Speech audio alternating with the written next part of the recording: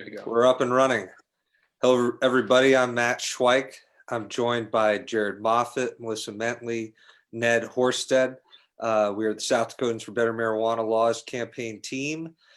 Jared and I are with MPP, and Melissa and Ned are with New Approach South Dakota. One person I want to give a shout out to is Dre Samuelson, who you'll remember from our last update, and a name you will have seen in the media many times. He couldn't join us tonight. He'll be back with us next time. So we wanted to jump on Facebook Live, give you an update. There's plenty to talk about, and we need your help moving forward. This did not end on election day, as we all can see. So during this Facebook Live, please leave questions in the comments below. We're going to answer all of those within 24 hours, we promise. So leave your comments there, or send us a direct message if you want to ask us a question privately. That's fine. We will get back to all of you. I know there's a lot of questions. I think we're going to cover a lot of the information you're interested in on this video. So I'm going to pass it to Melissa just to kick things off, and then we'll go through some more information with you. Go ahead, Melissa. Good evening, guys. This is Melissa Mentley. Most of you know me from New Approach. So I want to thank you for joining us all tonight. And we want to thank everybody for making all of the phone calls and the donations and for all of the support. You know, we do want to remind you all this is bigger than a campaign. What we have done is we did win our campaign in South Dakota, but the fight still does continue. We have a lot of work left to do, and we are going to lead this grassroots effort and work on implementation of the bills that we passed back in November. And so thank you for joining us, and I am going to pass it back to Matt. Thank you, Melissa. So first thing we're going to cover is the lawsuit. And we've got a page on our website that's got a ton of information. We're updating it in real time. And that is sd2020.org/lawsuit. We have a timeline, and there's links to all the filings. So you can get all the information there, links to press articles about the lawsuit. So a ton of information if you're interested in digging deeper. And really at this phase, we're preparing to make our legal defense. And on December 23rd is when all sides will have to file their briefs, and that's when they will get into the details of their legal arguments. And then by January 8th, all the different sides need to respond to each other. And then after that will be a hearing in circuit court in South Dakota. So between now and then, we're putting together the strongest possible defense of Amendment A. We've got a really good legal team working on this. And so check back on our Facebook page or our website on December 23rd or shortly thereafter. You'll be able to read our filing. We will share that as soon as it's public. So, you know, the most common question that we get about this lawsuit is, how do we feel about it? Are we worried? And here's our answer. We feel like we're on really strong legal ground. We were fully aware of the single subject rule when we drafted Amendment A. We were very careful about how we constructed Amendment A, and we're confident that we can win, but we're taking it extremely seriously because of all of the time and effort that you and we have put into this campaign, and also to protect the will of the people. It's a very serious threat to overturn an initiative that was approved by voters. So even though we feel like we're on really strong ground and we feel that we're going to make a very strong argument in defense of Amendment A, we're not taking anything for granted. And that's why we have put together such a strong team of lawyers to make sure that we put forth the strongest possible defense. And that's why we're asking people to donate. We didn't want to have to ask people to donate after the election like this, but the legal bills are mounting. And so we really do need your help.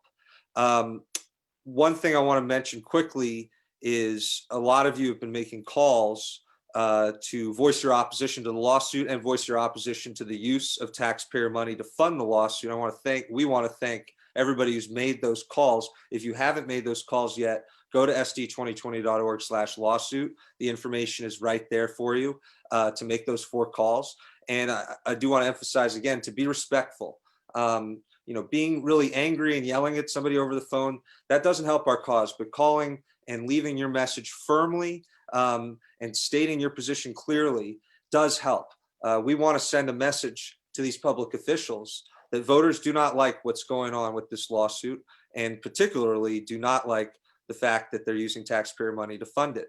We have a situation where taxpayers are paying for both sides of a legal argument over whether to overturn an initiative they just approved at the ballot box. It's an unacceptable situation. So thank you for making your calls, and please make those calls if you haven't already. Again, we are raising money for this legal fight, our legal defense fund for Amendment A. So far, we've had incredible outpouring of support from people across South Dakota, and we've raised over almost $14,000 in small dollar donations since November 20th, which is an incredible number. I've been working on these campaigns in many states for 3 election cycles. I don't think I've ever seen that much raised in small dollar donations for a marijuana effort than we've seen here, which just shows you how strong the support is across the state.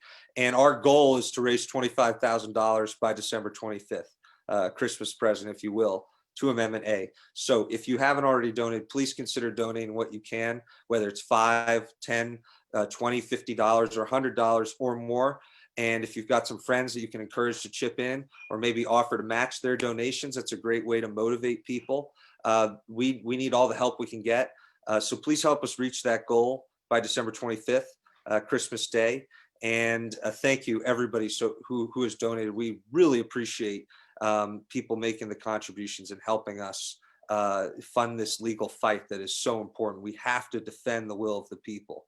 We can't allow the will of the people to be overturned in this manner. So I want to now pivot to the legislative side of things, because even if this lawsuit had never happened, we were still going to need to be engaged on the legislative front. And so what do I mean by that?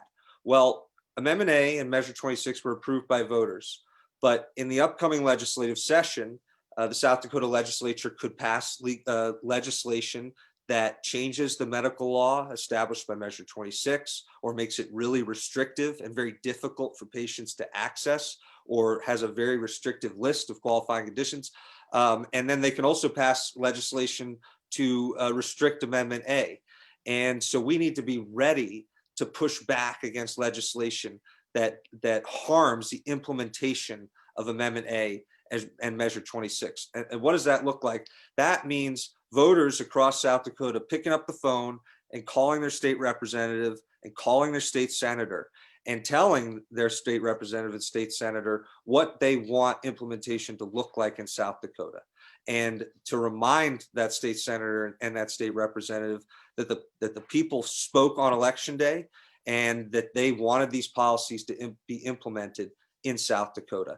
So we know there's going to be legislation on Measure 26. We suspect there's going to be legislation on Amendment A. We believe that both laws are self-executing, but we need to make sure that whatever legislation gets passed does not cause harm to these policies. So we're going to need your help to make those calls. And we're going to be talking in a moment about how to do that. And at the same time, while we're working at the state level to ensure that there's no legislation that harms Amendment A or Measure 26, we're also going to need to be engaged at the local level, because local governments will have the authority to draft their own regulations, their own ordinances. And just as we're going to need you to call your state representative and call your state senator, we're probably going to need you to call your local elected officials and share your views there. The reason we need your help like this is because it matters. It makes a difference. State representatives, state senators, local elected officials, they listen to their constituents. So if enough of you make that call, it really will have an impact. If enough people call a state representative and say, we really don't like this bill that you're considering, that state rep might not vote for that bill. And bit by bit, across the state with different state representatives and state senators, that's how we protect the laws that we fought so hard to pass on election day.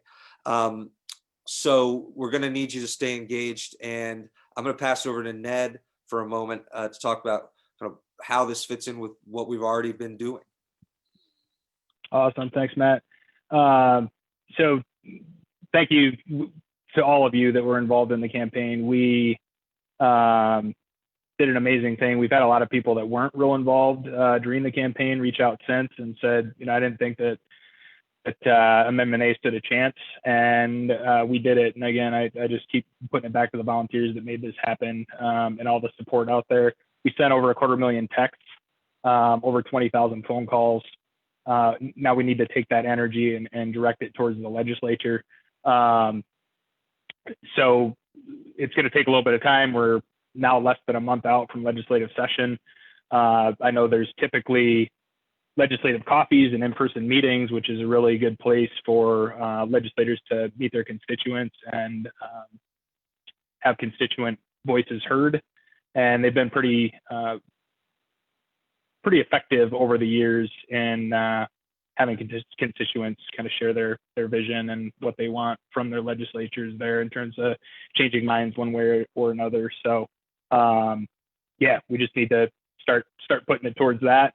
One other thing, Matt mentioned the local elected officials. I want to thank, there was a couple of local officials that had reached out to us just proactively and saying, hey, I respect the will of the voters. We want to take a proactive approach on what this would look like. How do we do it in our community? So thank you for that. If you are an elected official that happens to be watching this, get in touch. We'd love to work with you. And either way, you're probably going to be hearing from everyone else that's on this call. So thank you. That's all I got. Look forward to driving this thing home and making sure that our elected officials respect the will of the people. Thanks, Ned. And what we'd love for you to do is to go to sd2020.org/volunteer and fill out that form. Now, if you just want to be on our email list, just put in your email. That's fine. And what we'll do is as soon as we need you to take action, we will send you an email. If you want to be part of the rapid response team, as we're calling it, leave your cell phone in there. That means that we can call you and get you involved really quickly as soon as we need to take action at the legislative level. So again, that's sd2020.org/volunteer. You can just be on our email list. That's great. If you want to give us more information so that we can really bring you into the team, that would be much appreciated. And at the same time, again, go to sd2020.org/lawsuit for all of that information about the lawsuit and for information on who to call to voice your objection to the lawsuit and voice your objection to the use of taxpayer money to fund it. And then to donate, you go to sd2020.org/donate. If you want to use PayPal, then go to sd2020.org/PayPal. We will put all of these links in the comments after the video is done. And some of you are probably thinking, well, when do you want me to make these calls? And the answer to that is January. We want to get through the holidays. The new legislature will take their seats and the legislative session will begin on January 12th. And so shortly before then is when we intend to ramp things up and start to tell you exactly who to reach out to and what message to deliver. So fill out the forms, sign up. We will keep providing updates by email, keep providing updates on Facebook. And then starting in early January, that's when we're going to come to you and really need your help to take action. And until then, we kind of sit tight and get prepared. And that's the way we're going to ensure success in the legislative session next year and make sure that we get these policies implemented. There's so much work ahead. As you can see, we've got to win the lawsuit. We got to make sure that the legislation that comes out next year doesn't do harm to these policies. And then we have to keep working at the local level. And then we're going to have to keep working just to make sure after the legislative session's done that the state government moves forward and implements these policies. And so there's a lot of work ahead. We're going to need your help to do it. And I hope this was informative. Again, leave your questions in the comments below or send them by direct message to us. We'll get back to every single one of them. And thank you again for all the support you've shown us throughout this campaign, going back to 2019 during the signature drive. It was an incredible victory that all of us were a part of. And now we got to keep fighting. It didn't end on election day. And both in the courtroom and in the legislature and at the local level, We're going to need to keep advocating for good marijuana policies that serve the